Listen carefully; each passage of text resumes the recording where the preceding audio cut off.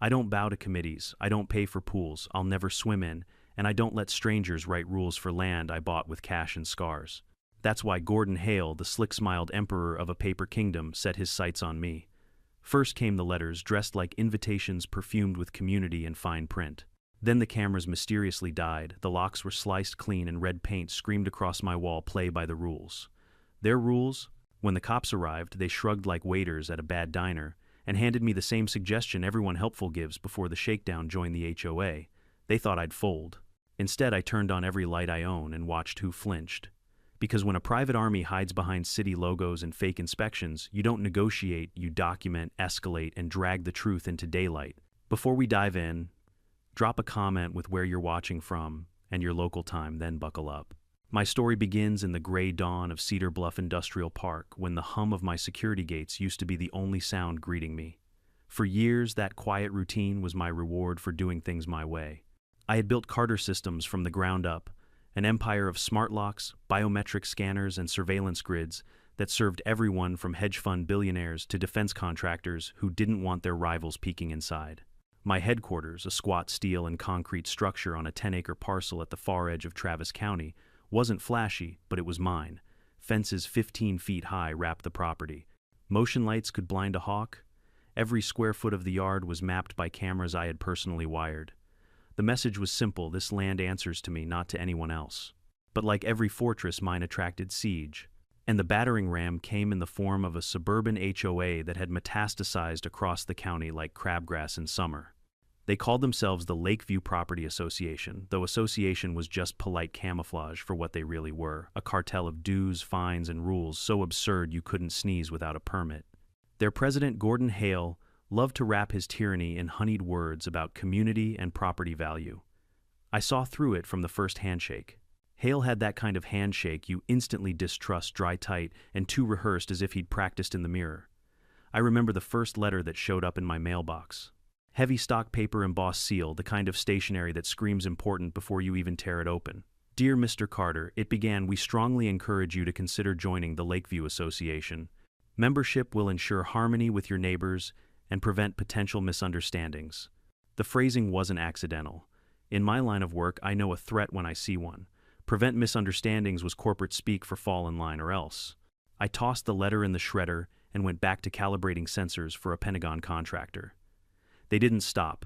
Month after month, the letters kept arriving, each one a little sharper, a little less friendly. My neighbors told me about the way Hale operated. First came the sugar-coated offers. Then came the whispers: your property values could suffer if outsiders don't join. Then came the pressure: city inspectors, code violations, late-night complaints that appeared from nowhere. By the time a person figured out what was happening, the HOA already had its claws in. But I wasn't like my neighbors. I'd bought my land before the development even existed, and legally I had no obligation to join. The law was on my side, plain and simple. I could quote chapter and verse of the county zoning code.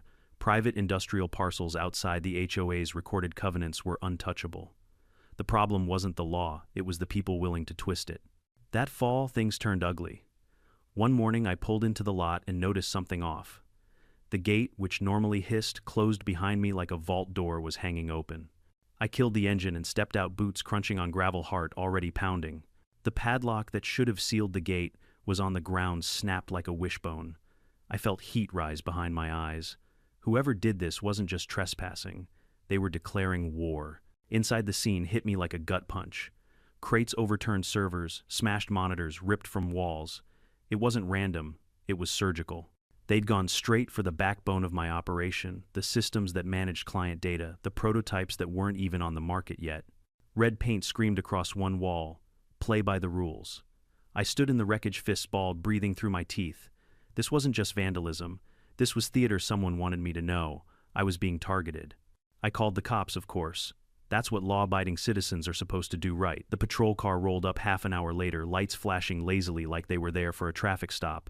2 officers strolled inside, gave the damage a once-over, and shrugged. "Could be kids," one said, scratching his chin. "We see this sort of thing all the time." I pointed at the cut locks, the precision of the damage, the fact that nothing valuable had been stolen, only destroyed. "Kids don't bypass motion sensors and take out servers without leaving a trace," I snapped. The older officer's eyes went flat. "Look, Mr. Carter," he said, tone hardening, We'll file a report, but unless you've got a suspect, there's not much else we can do. If you want fewer problems around here, maybe consider working with the community. Joining the association could prevent this kind of thing. There it was, the pitch slipped in like a blade between the ribs. They weren't investigators, they were messengers, and the message was clear: play along or keep suffering. When they left, I stood in the silence, the stink of spray paint hanging heavy. For the first time in years, I felt doubt crawl into my bones. How deep did this rabbit hole go? Did Hale own the cops too? If so, what chance did one man have against an entire machine built to grind him down? But then the doubt burned off, replaced by steel. I hadn't built Carter Systems by folding. I'd built it by outthinking, outworking, and outlasting every obstacle in my path. If the HOA wanted a war, they'd get one. And unlike them, I fought on principle, not for petty control. That afternoon, I gathered my staff in the break room. They were shaken eyes darting at the boarded-up windows, voices low. Riley Park, my operations manager, stood with arms crossed, jaw tight. She had been with me since the early days when our headquarters was a rented garage with one soldering iron. If anyone understood my stubborn streak, it was her. They want us scared, I told them. They want us thinking this is bigger than us. But I'm telling you now, we're not bending and we're not breaking. We'll rebuild stronger, smarter, meaner if we have to. They cut locks, we weld steel, they kill cameras, we add drones. They think they can intimidate us into paying tribute, not in this lifetime. Riley gave a sharp nod. You heard the man, she said to the team. Get me a list of every damaged system. We're going to salvage what we can and replace the rest. And anyone who thinks about quitting, remember, if they can do this to us, they can do it to anyone. You walk away, you'll still be living under their thumb. You stay, you fight back. Murmurs of agreement rippled around the room. Fear was still there, yes, but beneath it was something else, defiance. That night, I walked the perimeter alone, the cool October wind tugging at my jacket. Beyond the fence, suburban rooftops glittered in the dark, every one of them a little kingdom paying tribute to Hale's empire.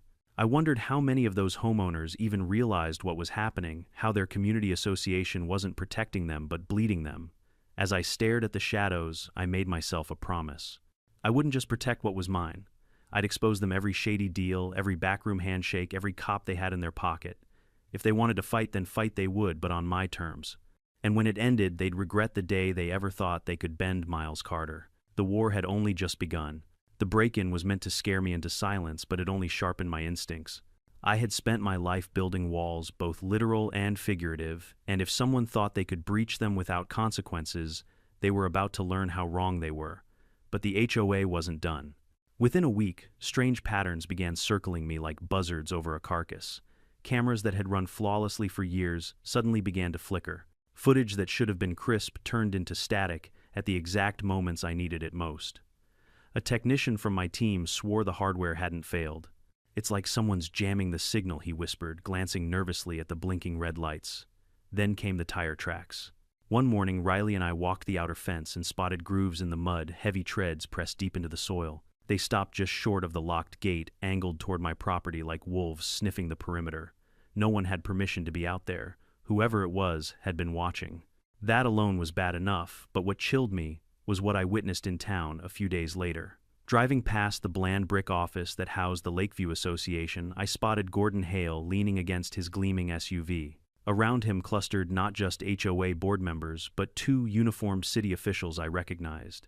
Faces from zoning hearings and code enforcement meetings. They were laughing, slapping backs, passing papers between them. The sight twisted my gut. These weren't community volunteers. They were conspirators in broad daylight. Still, without proof, suspicion is just paranoia dressed in logic. I needed evidence. But before I could plan how to get it, the HOA delivered their next message in broad strokes. I arrived early one Monday to find the front gate dangling open again. This time they hadn't bothered with subtlety. The padlock lay in pieces, jagged edges gleaming in the morning. Sunday, my employees clustered near the entrance voices, tight faces pale. Inside, the destruction was worse than before. Monitors smashed with surgical precision, servers yanked from racks, keyboards scattered like bones. And on the wall, in dripping scarlet paint, OBY the rules. The air stank of solvent and smoke. I clenched my fists until my nails dug crescents into my palms. This wasn't a burglary. Nothing had been stolen. They wanted me incapacitated, humiliated. Once again I dialed the police. Once again they rolled in late and sluggish. This time a heavy-set sergeant led the charge. He eyed the paint on the wall, grunted, and muttered, "Looks like teenagers to me." Teenagers, I snapped. Teenagers who can bypass biometric locks, who target servers instead of flat-screen TVs. He met my fury with a cold shrug. "Mr. Carter will file a report. But if you want to prevent future incidents, maybe think about working more closely with your community. Joining the HOA could give you allies, neighbors watching your back." The implication was sharper than any knife. Work with Hale or you're on your own. When the officers finally left their cruiser crawling down the street like a hearse, my employees turned to me, waiting for reassurance I wasn't sure I could give. Riley broke the silence first. "They're not going to help us, Miles," she said flatly. "If anything, they're covering for them." Her words cut deep because I knew she was right. But fear wasn't an option. "Then we handle it ourselves," I declared. "We don't fold. We build stronger." I doubled the security budget that afternoon. New servers arrived within days. We brought in redundant storage systems, a firewall so advanced it could have guarded the Pentagon, and biometric redundancy iris scanners alongside fingerprint locks. Riley coordinated everything with her usual precision, drilling the team like a general before battle. Yet I knew even the strongest locks wouldn't matter if the enemy was already in the room. So I reached out to someone outside my circle, Noah Mercer, a former federal security consultant turned private operator. Noah was lean, hawk-eyed, and spoke like every word was weighed before leaving his lips. He toured the property with clinical detachment, scanning each fence line, each blind spot in my camera grid. After 3 hours, he returned with a verdict I'd both dreaded and expected. "This wasn't kids," he said, dropping a thick folder on my desk. "They knew exactly where to strike. Your servers were hit in sequence, not at random. Whoever did this studied your layout, memorized the blind zones, and moved with purpose. This was professional." I leaned back the chair, groaning. "Then the question isn't whether they can get in again, it's when." Noah's expression hardened. "You need more than locks and cameras. You need leverage. Find out who's ordering these jobs, why they're targeting you. Until you do, you'll just keep plugging holes." I didn't like it, but he was right. Defense would never be enough. The HOA wanted me boxed in, starved out. I needed to hit back where it hurt. The opportunity arrived sooner than expected. One crisp morning, I pulled up to the office and spotted a crew in neon vests, unloading surveying equipment just beyond my fence line. Their truck bore the municipal logo stenciled neat in navy paint. At first glance, they looked like any other city crew. But as I drew closer, suspicion prickled. Their stakes and spray paint weren't marking potholes or utility lines. They were mapping the edges of my land. "Can I help you?" I called out, voice tight. The man in charge, clipboard in hand, turned with a practiced smile. "Morning, sir. Nothing to worry about. We're just conducting assessments for a proposed infrastructure project." "What project?" I demanded. His eyes flickered. "Preliminary surveys. Landscaping, utilities. Nothing final." But I caught the hesitation. He wasn't just vague, he was evasive. The timing was too perfect, the language too slippery. My gut told me this wasn't about public works. It was about Hale, about leverage. That afternoon, I spent 3 hours on hold, with the county planning office bouncing between secretaries, until a weary clerk finally admitted the truth. A proposal had been submitted by the Lakeview Association. Buried in jargon about community enhancement and sustainability was a bombshell: rezoning adjustments that could affect parcels bordering residential developments. My parcel. Rezoning wasn't vandalism. It wasn't graffiti or broken servers. Rezoning was legal warfare, and it could strip me of control faster than any crowbar. I called my attorney, Ava Lynn, a woman with the tenacity of a pit bull and a resume stacked with courtroom scalps. After laying out the break-ins, the police indifference, and now the rezoning maneuver, she leaned back in her chair, brow furrowed. "They're testing you," she said finally, "seeing how far they can push before you push back. If you let this rezoning through, it opens the door for restrictions, easements, even claims on your land. They're playing a long game." "Then we play longer," I shot back. Her eyes sharpened. "First, we file a formal objection. That buys us time. But you need evidence, something that ties them to the sabotage. Without proof, it's your word against theirs." I nodded slowly, resolve setting like cement. For years, I'd lived by a single creed: independence at any cost. Now that creed was under siege, and the HOA was betting I'd fold. But they hadn't accounted for one thing: when you corner me, I don't retreat. I come out swinging. As I left Ava's office, the city lights blurring past my windshield, I felt a new fire kindle in my chest. Hale and his cronies thought they were tightening the noose. What they didn't realize was that I was already sawing at the rope. The fight had escalated from vandalism to zoning law. And in my world, escalation is just another word for opportunity. The morning after meeting Ava, I drove to the office before sunrise. The air was damp, the kind that clings to your clothes and makes the world feel heavy. My headlights swept across the scarlet graffiti, still faintly visible on the side wall, half scrubbed but stubbornly bleeding through the whitewash. OBEY the rules. The words stuck in my head like a drumbeat. They wanted me to feel small, powerless, corralled. But all it did was remind me how much I had to lose if I let them win. Inside, the atmosphere was tense. My employees weren't just shaken, they were exhausted. Weeks of disruption had shredded morale. Orders were behind schedule prototypes, delayed clients starting to call with pointed questions. Riley stood in the center of the workshop, barking instructions, trying to rally the team. But even she couldn't mask the weight pressing down on us. She spotted me and came over handing me a clipboard. 2 shipments still stuck in limbo. Supplier swears the trucks left on time, but they never made it past the county checkpoint. My jaw tightened. That wasn't logistics failure, that was interference. They're tightening the screws, I muttered. Riley nodded grimly. People are whispering miles. Some think it's not worth it fighting the association. They've got power and... Well, we're just us. Just us, I said, scanning the room, my voice low but sharp.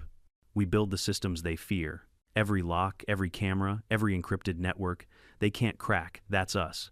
We don't back down because a pack of petty bureaucrats waves a clipboard. But pep talks only last so long. I knew words wouldn't fix this. I needed action.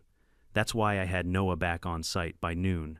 He'd spent the night analyzing the footage from our surviving cameras, looking for patterns. He laid a tablet on my desk, flipping through frames of static timestamps, faint shadows.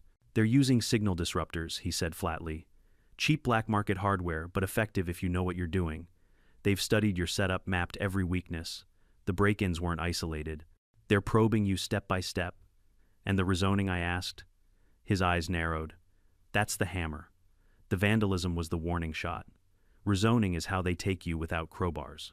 I told him about the survey crew, the municipal truck, the clerk who whispered about community improvements. Noah wasn't surprised. Classic move. They dress it up as progress slip in new boundaries, and suddenly your land isn't yours anymore. By the end of the meeting, the path was clear. Ava would handle the legal front. Noah would fortify the defenses, and I would keep digging. Because one truth had crystallized, I couldn't just defend. I had to expose. That same week, Ava filed the formal objection to the rezoning proposal. Her paperwork was meticulous, citing county zoning codes, property deeds, and constitutional protections like artillery. It bought us time, but not peace. The association wasn't slowing down. 2 days later, I pulled into the lot to find another obstruction, a city-marked pickup blocking the delivery entrance. A uniformed man waved my supplier's truck away, clipboard in hand, shouting something about safety concerns. I sprinted across the yard demanding answers, but by the time I got close, the pickup peeled off tires, spitting gravel. The supplier was furious. Your property's flagged, Carter. They said it's under inspection. I can't risk losing my license delivering here. I stood there, fists trembling, as the truck vanished down the road. Behind me, my employees watched from the windows, their faces pale. Another blow to our operation, another scar on morale. That evening, I pored over security footage hunting for clues. Sure enough, there they were, 3 men in reflective vests, their faces obscured, standing shoulder to shoulder as they turned my supplier away. The city logo on the truck was clear, but the men weren't officials. Their movements were wrong too, practiced too deliberate. I showed the footage to Noah. He didn't even hesitate. Private contractors. Fake uniforms. And if I had to bet, their paychecks trace back to the association. Meanwhile, Ava uncovered more through the clerk's whispers. The rezoning proposal wasn't just about landscaping or utility lines. It included a clause tucked deep in the language community access easements. If passed, it would have given the HOA the right to build a pedestrian pathway across my land, effectively stripping me of exclusive control. One pathway, and they could expand from there like termites. When Ava told me, I felt my stomach twist. So they start with a path, then they claim the easement is a safety corridor, then they regulate it. She nodded. Exactly. Once the easement exists, they can argue you're bound by their rules. It's a legal Trojan horse. I slammed my fist on her desk. Not happening.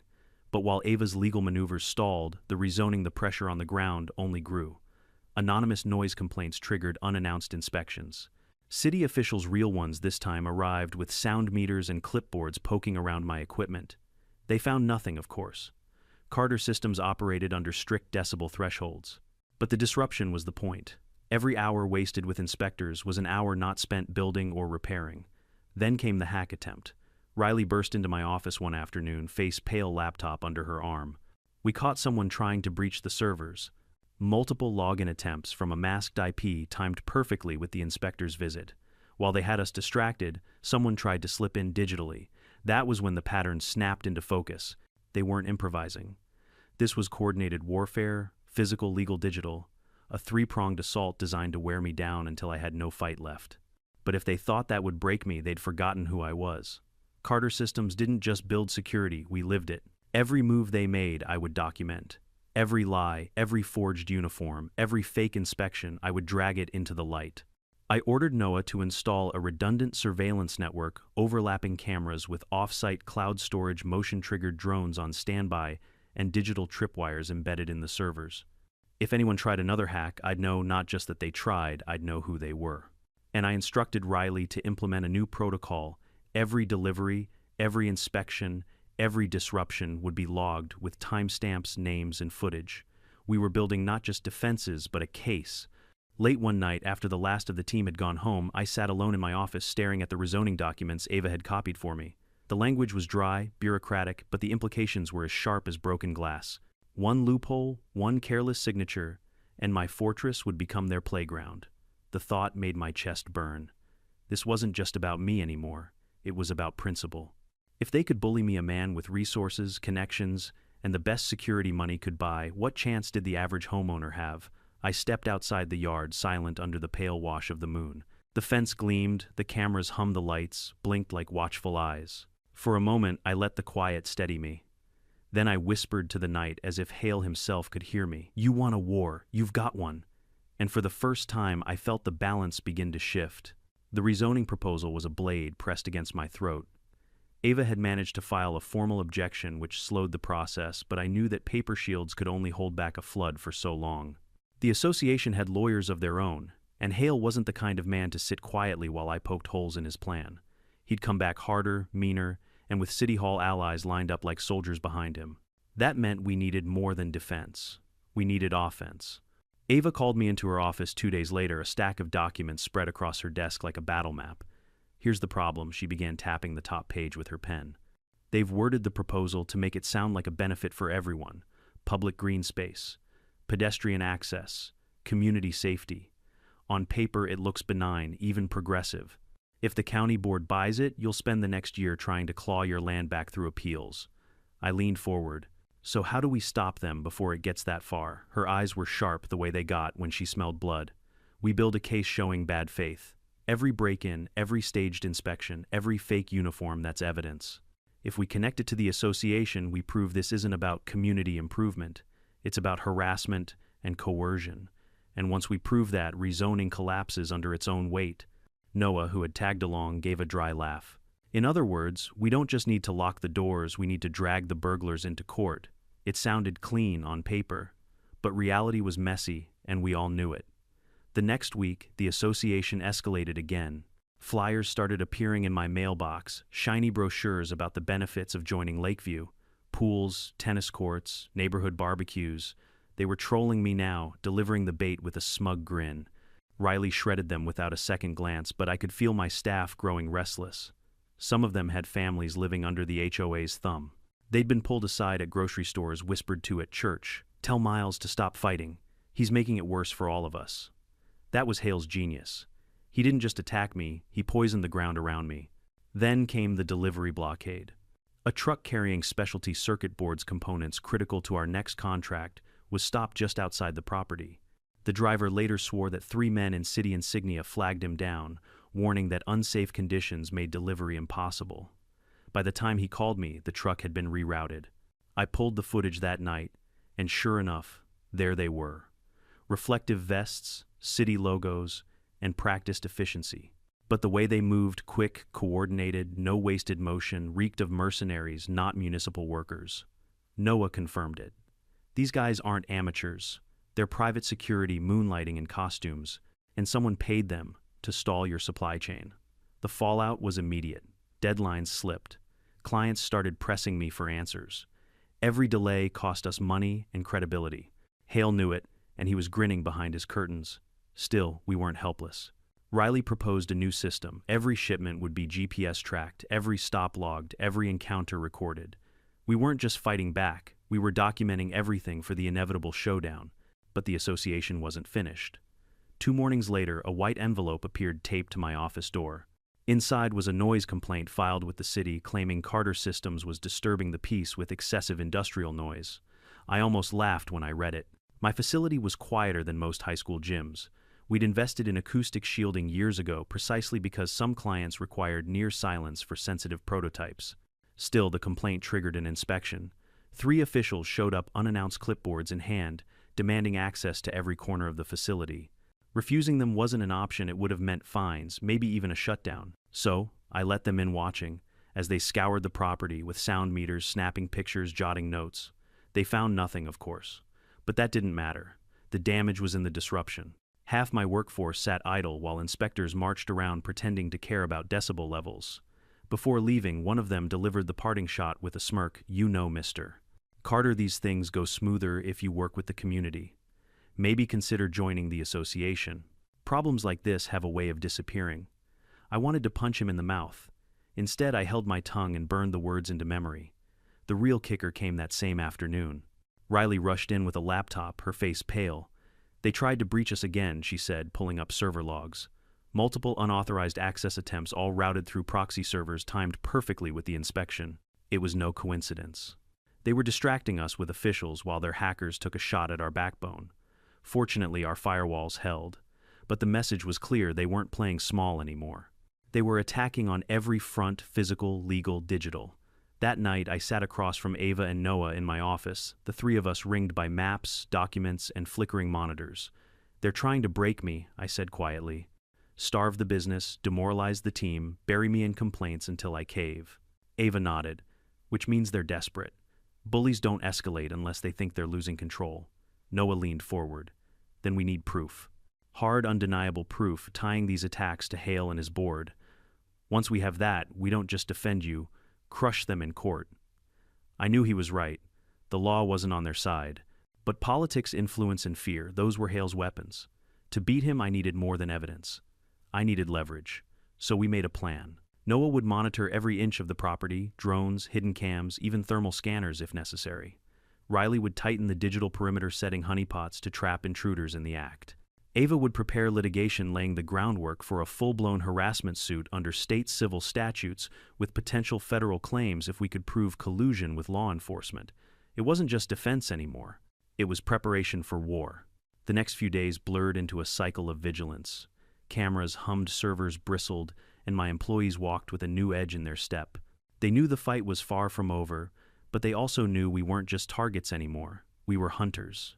Late one night, as I patrolled the perimeter under the moon's cold glow, I caught sight of something unusual. A black SUV idled just beyond the property line, windows-tinted, engine rumbling. I watched from the shadows for 5 long minutes. When I finally stepped toward the fence, the vehicle peeled away, tires spitting, gravel vanishing into the dark. It was a message, plain and simple: "We're watching you." I stood there in the silence, heart hammering, the weight of everything pressing down. But instead of fear, something else rose in me, something colder, sharper: determination. If they wanted a war of shadows, I'd give them one. If they wanted to play with fire, I'd bring the whole inferno. Because one truth had become undeniable: this wasn't just about my business anymore. It was about principle, about the right to own, to build, to live without bending the knee to petty tyrants in polo shirts and name tags. And I would rather burn it all to the ground than let them win. We had armored the fortress as best we could. Redundant cameras, drones on standby, encrypted off-site backups, digital tripwires that would scream the moment anyone tried to poke the skeleton of our network. Still, defense without a hunter's instinct is just a bigger cage. I needed to know who was ordering these hits and where they parked their checks. That meant tracing every stray tire mark, every anonymous call, every fake city truck back to the hand that signed the tab. The break came the way all good clues do, quietly in the dark, and almost by accident. I was reviewing footage at 2 in the morning, caffeinated and stupidly optimistic, when a grainy clip caught my eye. A delivery truck had pulled up late, well after business hours, and someone had slipped out of the back, carrying a small tripod, with what looked like, when you pause and zoom and re-enhance until your eyes ache, an eavesdropping array: compact directional mic, a little battery pack, and a transceiver aimed back toward the server room. The man planted the gadget just inside the fence, tucked into a clump of ornamental grass, then vanished into the night. The truck idled for 5 minutes, then drove off. I forwarded the clip to Noah and told him to breathe. He didn't. He leaned on the keyboard and started pulling frames, timestamps, license plate pixels, the kind of obsessive work that turns ghosts into leads. Half an hour later, he walked in with a grin and a cigarette tucked behind his ear. "We can follow this," he said. "The truck's route hits 3 traffic cams on County Road 7. If the cam angles are decent, we get a plate. If we get a plate, we get a company. If we get a company, we get a paper trail." We did. 2 hours of feed matching, some creative interpolation, and a bushel of late-night phone calls later, and the route lit up like a breadcrumb trail. The truck turned off the county road, glided past a strip mall that smelled like deep fryers and bad decisions, and finally pulled into a nondescript warehouse on the edge of town. There was no billboard, no name on the door, just a rusted loading dock and a security camera with a spiderweb crack across it, the kind of place that rents anonymity by the square foot.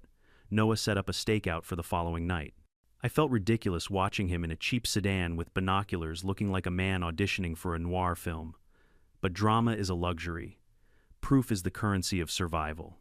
He watched the warehouse until the midnight hour, noting license plates, driver habits, guard rotations. By dawn, he'd logged the faces of 6 men who'd come and gone, some wearing gear that looked suspiciously similar to municipal uniforms, some with the same city logo trucks we'd seen harassing deliveries. One man, broad-shouldered, a shabby suit too small for him, walked in and out multiple times, carrying a clipboard and grave authority in his posture. Noah sent me his description with a one-line question. Recognize him? I did. That was Lucas Hale. No, in my version he'd been Gordon Hale, the HOA president, who smiled too easily in public and ran meetings like he was orchestrating a chessboard. Watching him step into that warehouse like it was an office he owned made my stomach flip from anger to something sharper: validation. The conspiracy wasn't invisible anymore. We escalated slowly and smart. Noah suggested we don't do anything amateur, no breaking and entering, no midnight heroics that could leave us on the wrong side of a felony. Ava's voice over my phone was dry and surgical. "I can get us a preservation order tonight. If we can show probable cause surveillance tied to harassment, I'll file for an emergency subpoena. We'll request the warehouse's shipping records, employee rosters, contracts. If that security firm has contracts with the association, we'll have them on paper. Legal leverage properly used could pry this rotten tooth clean out." So Ava filed. We asked the court for a preservation order to prevent destruction of records, and for an expedited subpoena to compel the warehouse owner to produce logs, manifests, and contracts. She also filed a motion for a temporary restraining order to freeze the rezoning process pending discovery. The clerk sighed, the judge signed, and suddenly we had the law's muscle backing our suspicion. This is when the fight begins to change shape, when informal pressure meets formal process. While the legal machinery spun, Noah and I did the human reconnaissance. We drove by the warehouse midday, posing as delivery drivers, scouting docks. From a distance we watched activity: a string of trucks bearing generic decals, men moving crates, 2 vans with logos that matched the faux city insignia from our earlier videos. I took photos through binoculars and stuck them in a file titled, "Evidence Do Not Lose Your Head." Noah made a call to a former contact in open source intelligence, an analyst who could cross-reference GPS pings, commercial monitoring data, and if we were lucky, internal dispatch logs. By the afternoon, a pattern emerged. The warehouse was registered to a private security company, Guardian City Services LLC, whose corporate filings listed a series of shell addresses and a single forward-facing owner, a man whose name kept appearing in HOA minutes and donation records. That name matched donors to Lakeview. The web was starting to tighten. The breakthrough came when Daniel, our part-time cyber analyst, a kid with a hoodie and surgical patience, pulled a string no one else had thought to tug. He found a driver's manifest in an online freight broker's cache with a license plate that matched our traffic cam grain. The manifest included the warehouse address and a contact number. I called it from my office, pretending to be an anxious supplier, and the voice on the line barked back with a clipped professionalism that suggested this wasn't his first dance. I asked if they did municipal work. He said yes. I asked if they ever did community security assessments. He hemmed, then said, "We do what we're paid to do." That was enough. Armed with those calls, Noah's photos, Daniel's manifest, and Ava's subpoenas, we had a map. The HOA used a private security firm, Guardian City, as its muscle. Guardian City used faux municipal branding to manipulate deliveries and plant listening devices. Payments flowed through shell companies that, when traced, led back to campaign coffers and HOA treasuries. The chain of causation was thin in spots, but it was thread enough to pull. Ava served the subpoena personally. There's a delicious moment in power moves, when a stack of papers shows up and the recipient pretends surprise. The warehouse manager, an annoyed man with a neck too pink for his accent, took the subpoena like it was a paper cut, but worse. He promised cooperation while fumbling for his lawyer's number. Under the preservation order, we also demanded digital backups of security camera footage. He hesitated, and that hesitation looked like guilt caught mid-step. While paperwork moved, the local paper caught wind. A freelancer at the Tribune called, smelled the drama, and asked for a comment. I didn't give one, but Ava's motion and the subpoena were public records now. Curiosity is oxygen for the press. Words started to leak. Hale's smile at HOA meetings got a little stiffer. The real test was waiting for the court's response to Ava's emergency motion. If the judge refused to expedite, the warehouse could glibly scrub logs, rotate hard drives, and we'd have nothing but a detective story with blank pages. But the judge understood what intimidation looked like on paper. The pattern of vandalism, blocked deliveries, and fabricated inspections was persuasive when compiled with our traffic cam tracing. When the judge signed the expedited subpoena and granted the preservation order, Ava let herself smile for the first time in weeks. "We've got them on the run," she said. "Now we let process do the work." I tasted victory, and it was coppery and cautious. Over the next 48 hours, the warehouse delivered more than we hoped. The manifests showed transports of surveillance gear around the dates of our incidents. Payment ledgers awkwardly labeled consulting fees matched check numbers deposited into accounts tied to HOA treasuries. Emails turned up tangentially at first, a vendor thanking Hale for prompt payment, then more explicit a chain, discussing neutralizing the target with timestamp directives. One line in particular read like a punch to the face. Make sure the subject receives a clear message. No arrests necessary. Disrupt supply. The language was ugly, precise, and undeniable. Ava folded the printouts into an evidence packet and walked into the prosecutor's office. We'd done the thing you hope to do, but rarely succeed at. We turned whispers into documents and suspicion into a paper trail. The prosecutor didn't need long. He called us back within hours, and for the first time since this started, I saw worry on the other side of the street. We hadn't won. Not yet. But for the first time, the people who'd been using city logos and fake uniforms had to explain themselves in the glare of subpoenas and criminal investigations.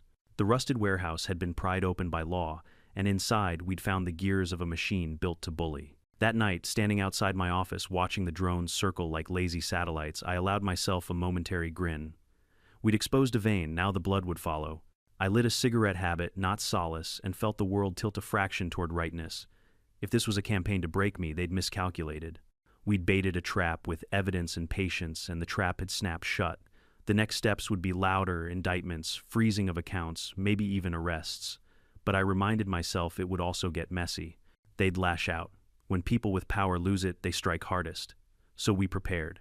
We buttressed our legal filings, tightened our logs, and made copies of everything in triplicate. I slept badly, but slept with a plan. The war had entered a courtroom now, and that meant the stakes were higher than ever.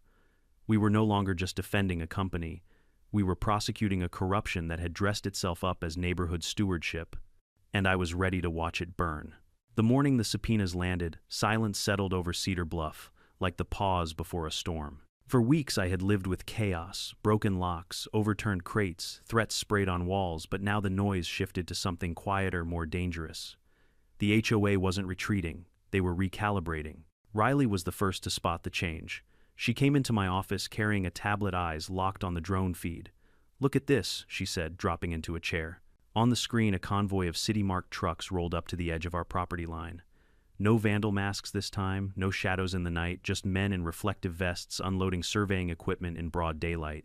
They hammered stakes into the ground, painted lines across the dirt, and planted orange flags that looked like landmines to my patience. I stormed outside, Noah at my side.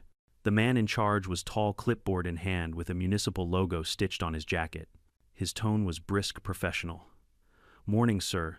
We're conducting assessments for an infrastructure project." "What project?" I demanded. "Preliminary surveys, landscaping utilities, pedestrian easements.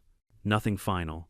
I stared at the orange flags dotting the ground, every one of them marching closer to my fence. The timing was too precise. The paperwork we had filed, the subpoenas Ava had served, it was no coincidence these men showed up now.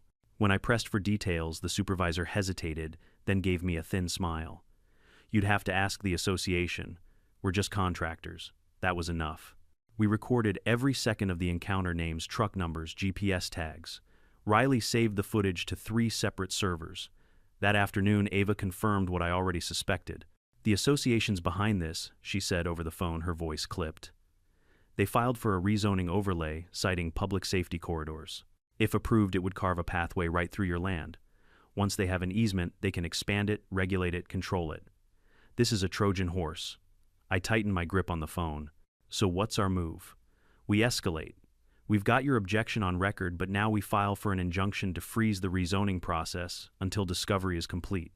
And while the paperwork churns, you need to gather evidence. Not suspicions. Proof. Surveillance documents, anything tying Hale and his board to these contractors.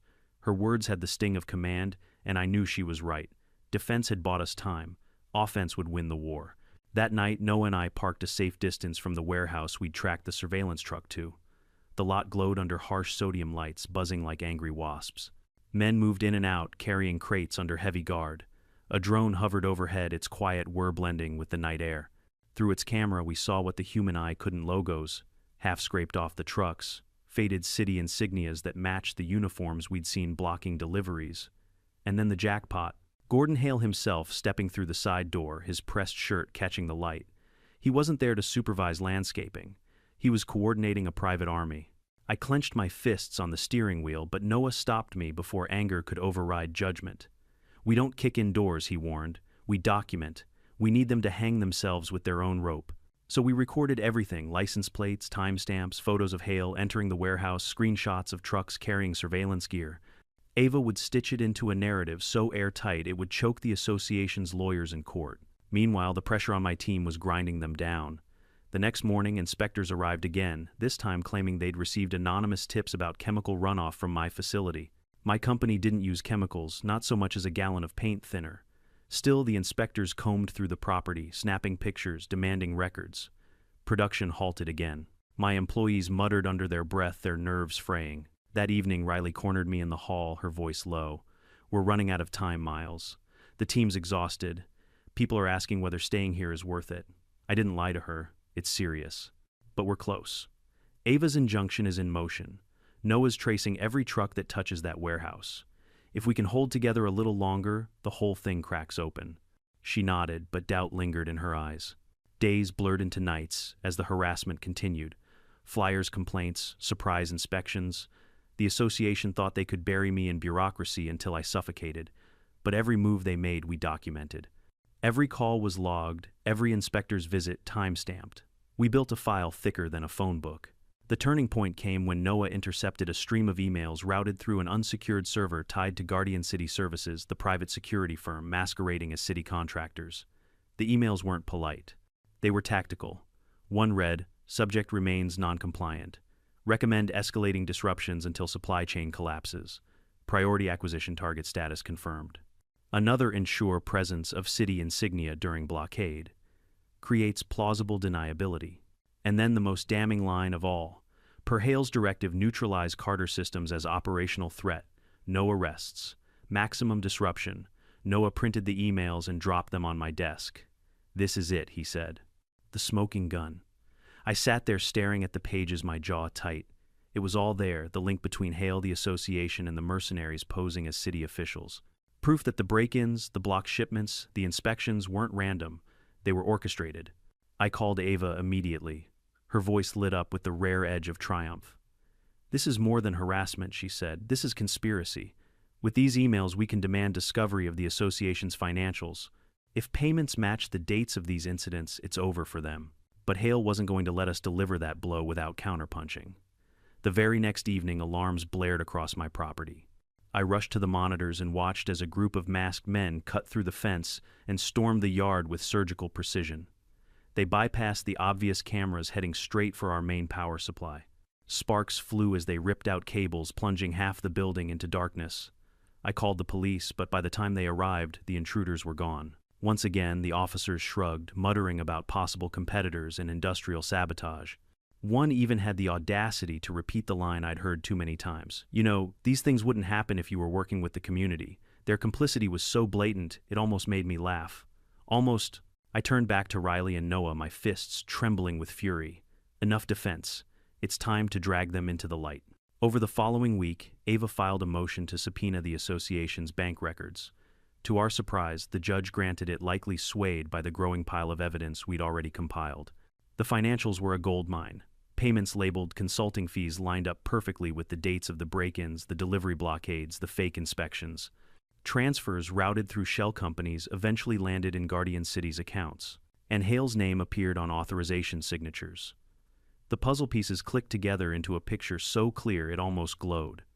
At the same time, we stepped up our own surveillance of the warehouse. One night, the drone captured footage of Guardian City trucks unloading equipment marked with municipal logos. Alongside them stood several HOA board members, clipboards in hand, directing operations. It was a tableau of corruption neighborhood, busybodies turned warlords. When I watched that footage play back, my anger finally shifted to something colder, steadier. Victory wasn't a dream anymore.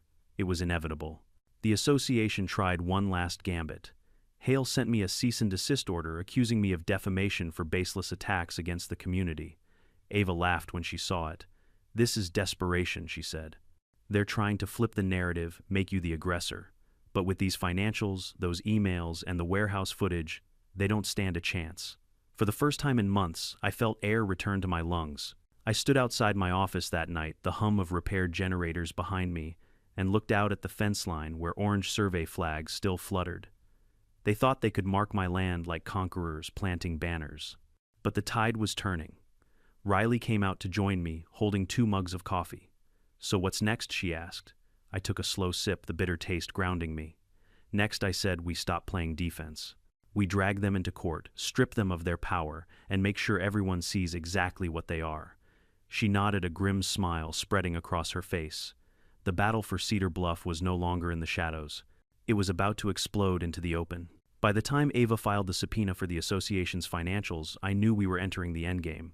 They had pushed me to the brink, smashed servers, vandalized property, staged inspections, sabotaged deliveries, and still I hadn't broken. Now we had their emails, their shell companies, their paper trail of payments. It was only a matter of time before the gavel fell. But desperate people make desperate moves. And Hale wasn't just desperate. He was cornered. It began with the bank call. My accounts, both business and personal, had been frozen pending financial impropriety investigations. The voice on the phone was careful, measured, like he was reading off a script. "We've received multiple complaints regarding Carter systems. Regulatory review requires we place a temporary hold." I nearly crushed the receiver in my hand. Complaints from who? He hesitated. Confidential sources. I didn't need names. I could see Hale's fingerprints all over it. "Cut off my cash flow, starve my contracts, and maybe I'd fold under the pressure," I called Ava. Her tone was steady, but edged with frustration. "They're hitting you where it hurts. This isn't just harassment, it's financial warfare. We'll move fast, but it'll take time to prove the allegations are fabricated. In the meantime, lean on your partners. Buy yourself breathing room." Humiliating as it was, I called in favors. A logistics partner extended my credit. A supplier agreed to delay invoices. Pride is a luxury when survival's on the line. Still, I knew the HOA wasn't done. That night, alarms screamed again. I sprinted to the monitors and saw masked intruders moving through the facility with surgical precision. They weren't vandals, they were saboteurs. Tools in hand, they dismantled key equipment targeting power relays and server racks. Their movements were timed, disciplined. By the time the police arrived late, as always, the intruders had vanished into the night. The officer's shrug was almost comical. "Looks like industrial sabotage. Maybe competitors trying to slow you down." I laughed bitterly. "You've got to be kidding me.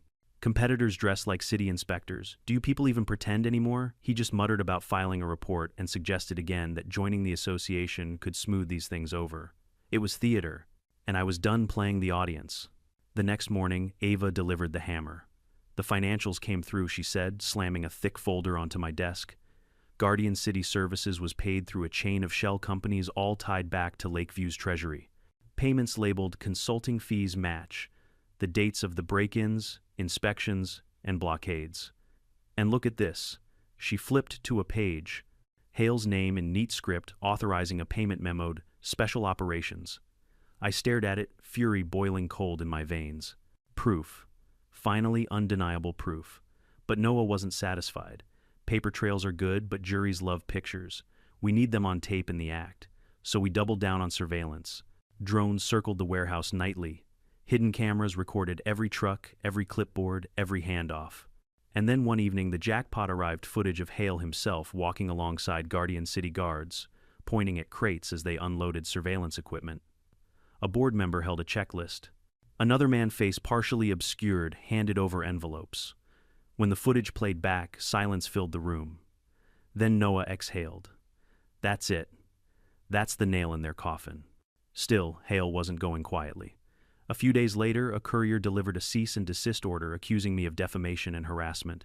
The document threatened further legal action if I didn't drop my claims and apologize publicly. Ava skimmed it and smirked. This is intimidation, plain and simple. They're trying to flip the narrative, make you the aggressor. But with these records, they don't have a leg to stand on. Then we push harder, I said. And we did. Ava filed a lawsuit accusing the HOA of conspiracy, harassment, and malicious interference with business. We attached the emails, the bank records, the warehouse footage. She also filed for an emergency injunction to freeze the HOA's accounts and halt the rezoning proposal. The judge set a hearing. The date was circled in red on my calendar like a promise. In the days leading up to the hearing, the harassment peaked. Inspectors appeared daily, citing phantom violations. Flyers littered my mailbox. Trucks circled the block at night, headlights off, engines idling. But we weren't the ones rattling anymore. They were. One night, Riley came into my office holding a stack of screenshots. Look at this, she said. Someone had tried to breach our server again. But this time, our honeypot caught them. The IP traced back to Guardian City's network. Direct, irrefutable. I laughed loud, real, almost giddy. They weren't just sloppy. They were reckless. Save everything, I told her. Tomorrow we bury them. The courthouse was packed the morning of the hearing. Reporters filled the benches, cameras flashing like fireworks. Hale sat across the room, jaw tight, his once slick smile replaced by a mask of stone. His lawyers whispered frantically in his ear. Ava stood tall, voice clear as a bell, and laid out the timeline, the vandalism, the sabotage, the false inspections. She showed the bank records, the payment memos, the warehouse footage. Then she delivered the kill shot, the emails instructing Guardian City to neutralize Carter Systems as an operational threat. When the footage of Hale at the warehouse played, a murmur rippled through the courtroom. Even the judge's face darkened. Hale's lawyer tried to argue the evidence was circumstantial, that Guardian City was an independent contractor, that the payments were routine.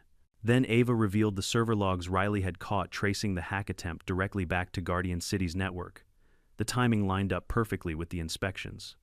Coincidence? Ava asked, her voice like a whip. Or coordination? The courtroom was silent.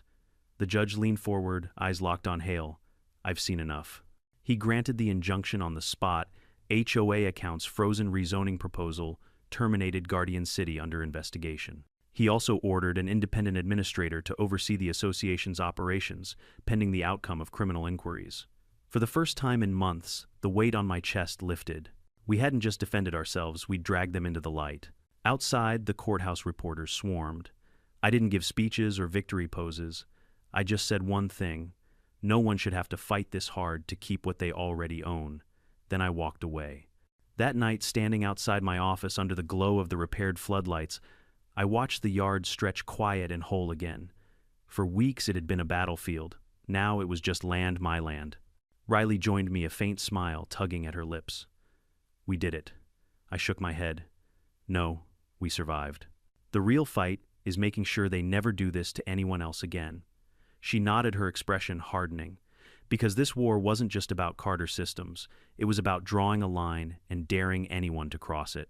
The courthouse victory should have felt like the finish line, but in truth, it was only the beginning of the fallout. By the next morning, every local news outlet carried the story. Words like corruption, fraud, and harassment splashed across headlines. The association, once portrayed as a benevolent guardian of property values, was now a wolf pack exposed in broad daylight. And Gordon Hale, the man who had grinned through every invitation letter and veiled threat, was the face on every front page, no longer the polished HOA president, but the architect of a conspiracy. At Carter Systems, the mood shifted almost overnight. My employees, once haggard from weeks of harassment, walked with their heads high again. Riley pinned a copy of the judge's injunction to the break room wall like a trophy. Proof, she said with a smirk. We weren't paranoid.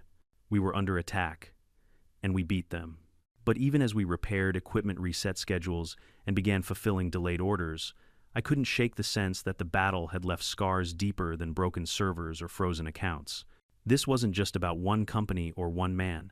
It was about a system that allowed petty tyrants to bully under the cover of community rules. Ava warned me not to let my guard down. Yes, we froze their accounts, and yes, an independent administrator will dismantle what Hale built. But remember, these networks don't die in one stroke. There are allies, funders, people who benefited from the corruption. They'll try to salvage their power. Noah was blunter. Expect retaliation. Maybe not from Hale, but from someone else who sees you as the guy who broke the machine. They weren't wrong. The week after the injunction, I spotted unfamiliar cars idling near the property. Not Guardian City trucks this time, ordinary sedans, tinted windows, engines humming just a little too long before pulling away. Watching, waiting. Whether it was reporters fishing for a quote or remnants of Hale's network, I couldn't tell, but I kept the drones circling the cameras recording. Meanwhile, the association's board imploded. 3 members resigned within days, claiming ignorance of Hale's dealings. Others tried to spin themselves as whistleblowers. The independent administrator, appointed by the judge, moved fast, seizing files, locking offices, and reassuring the public that Lakeview would be rebuilt with integrity. The homeowners, long cowed into silence, began speaking openly about years of intimidation fines for harmless yard decorations, threats over parked cars, whispered warnings not to make waves. My fight had pulled the lid off something uglier than I'd imagined. The state attorney general's office opened a formal investigation. Subpoenas flew. Guardian City's warehouse was raided, boxes of documents hauled into vans. The same uniforms that had once swaggered around my property were now evidence bags in a corruption case. For me, the shift was surreal. Neighbors who had once avoided me at the grocery store now nodded respectfully, some even thanked me. One elderly man stopped me in the parking lot, his voice shaking. They fined me $500 for having my granddaughter's tricycle on the porch. I didn't think anyone could stand up to them, but you did. I wanted to tell him the truth, that I hadn't fought because I was brave, but because I was too stubborn to let anyone write rules for my land. But I just nodded because in that moment his relief mattered more than my motives. At Carter Systems, we doubled down on growth. Contracts that had been delayed were reinstated. Clients who had wavered returned, impressed by our resilience. Riley pushed the team harder than ever, reminding them, every order we fill is another reminder that they didn't break us. But even amid the success, I wrestled with unease. Victory had come at a cost: sleepless nights, frayed nerves, a paranoia that hadn't faded. I caught myself glancing at shadows too often, jumping at every unexplained noise. When you've been targeted so deliberately, normalcy feels like a trick. One evening, as I stood outside the office watching the sun bleed across the horizon, Noah joined me. He handed me a coffee and leaned against the railing. You know, he said, most people in your position would have folded. Paid the dues, swallowed their pride, called it peace. I took a long sip before answering. Maybe. But peace bought by submission isn't peace. It's surrender. He nodded slowly. You've burned their playbook. Whatever happens next, people will think twice before trying this again. That night, I finally allowed myself to breathe, not because the fight was truly over, but because I knew we had turned the tide. Hale was finished. The association, at least in its corrupt form, was dismantled, and Carter Systems stood stronger than ever. Weeks later, Ava called with news that put the final nail in Hale's coffin. The financial investigation uncovered embezzlement, not just payments to Guardian City, but siphoning of member dues into personal accounts. Fraud wire transfers, the works. He's facing multiple charges. He won't see daylight outside a courtroom for years. I didn't celebrate. I just sat in silence, letting the weight of it sink in. Hale had built his empire on control, intimidation, and illusion. Now it was rubble. The following week, I received a letter, not from the association, but from the new administrator. It was an apology printed on fresh letterhead, disavowing Hale and his cronies, promising transparency and reform. They even invited me to a community forum to discuss rebuilding trust. I tore the letter in half and dropped it in the trash. Some bridges aren't rebuilt. Some wounds don't need apologies. Instead, I poured my focus into the future. Carter Systems was expanding stronger for the fire it had walked through, and I, though scarred, was unbroken. As I stood once more on my property, the floodlights humming the fences tall and unyielding, I realized something: this had never been just about land or business. It was about principle. about refusing to let anyone dictate how I lived, how I worked, how I owned what was mine. And as long as I drew breath, no association, no president, no petty tyrant would ever take that from me again. Looking back now, I know not everyone could have fought this war. It demanded resources, stubbornness, allies, willing to risk their own names. But the lesson isn't that you need an army to stand your ground. It's that bullies, whether they wear uniforms, hold gavels, or hide behind HOA letterhead, thrive on silence. They win when good people decide it's easier to bend than resist. I learned that the real cost of independence isn't money or property, it's endurance. The willingness to take every punch, every threat, and still say, no, this is mine. And sometimes when you refuse to bow, you inspire others to stand a little taller too. So if you've ever faced intimidation, whether from an HOA, a boss, or anyone who thinks power gives them the right to control you, know the choice. Bend or fight. I chose to fight, and I'll never regret it. Tell me, what battles have you fought in your own neighborhoods, your own lives? Drop a comment below. And if you believe in standing tall against bullies, subscribe, because more stories like this are coming.